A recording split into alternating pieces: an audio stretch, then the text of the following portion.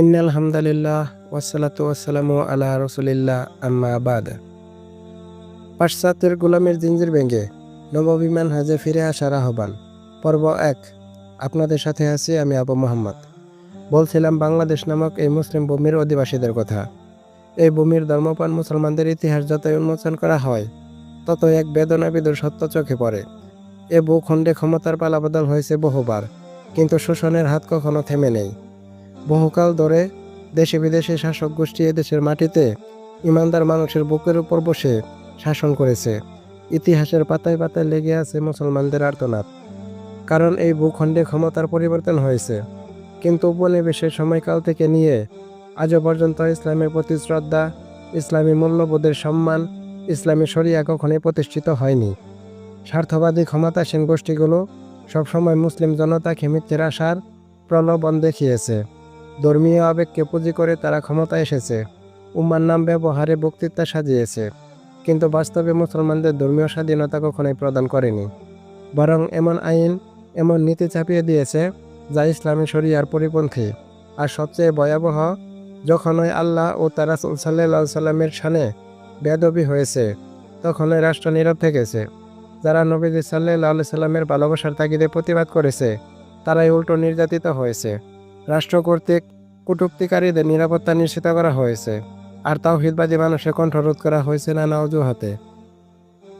এদেশের ধর্মপ্রাণ মুসলমানদের নিরীহ দাবি কাদিয়ানীদের রাষ্ট্রীয়ভাবে কাফের ঘোষণা করা, কিন্তু সেকুলার রাষ্ট্র বরাবরই কাদিয়ানী ফিতনা নিয়ে উদাসীনতা দেখিয়েছে, কাদিয়ানীদের পরোক্ষভাবে সমর্থন দিয়েছে।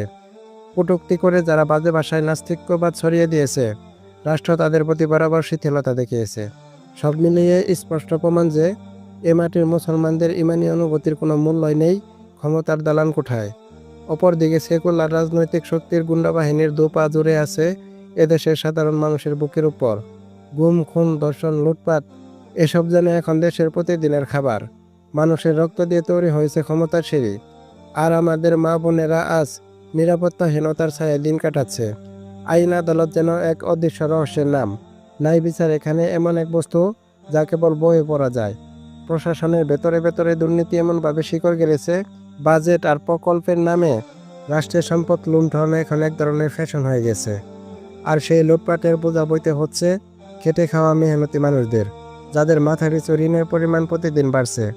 কথিত সুশীল সমাজ যেন উদ্ভট চশমা পড়ে আছে, যেখানে সত্য অন্ধকার, মিথ্যা আলো ছড়ায়।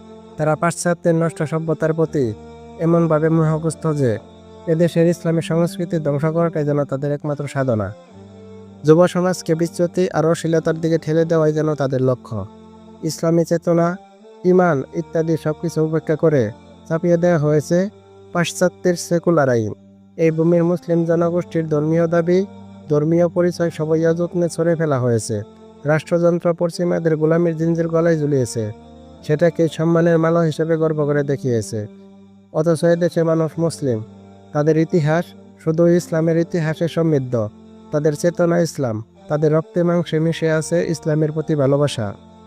তাই এখন সময় এই ভুলে যাওয়া আত্মপরিচয় পুনরুদ্ধারের। সময় এসেছে পাশ্চাত্যের গোলামের শিকল ছিঁড়ে ফেলে নববিমান হাজে ফিরে যাওয়ার, আল্লাহর দিনকে সবার আগে প্রাধান্য দেওয়ার এবং ইসলামী শরিয়াকে জীবনের সর্বস্তরে প্রতিষ্ঠিত করার। একমাত্র ইসলামী শরিয়াই পারে এই ভূমিকে ন্যায়, শান্তি, মর্যাদা ও মানবতার আলোয় আলোকিত করতে। প্রিয় বন্ধুরা, ভিডিওটা ভালো লাগলে অবশ্যই শেয়ার করে অন্য দিন দেখে দেখার সুযোগ করে দিন এবং আপনার মতামত জানান কমেন্ট বক্সে।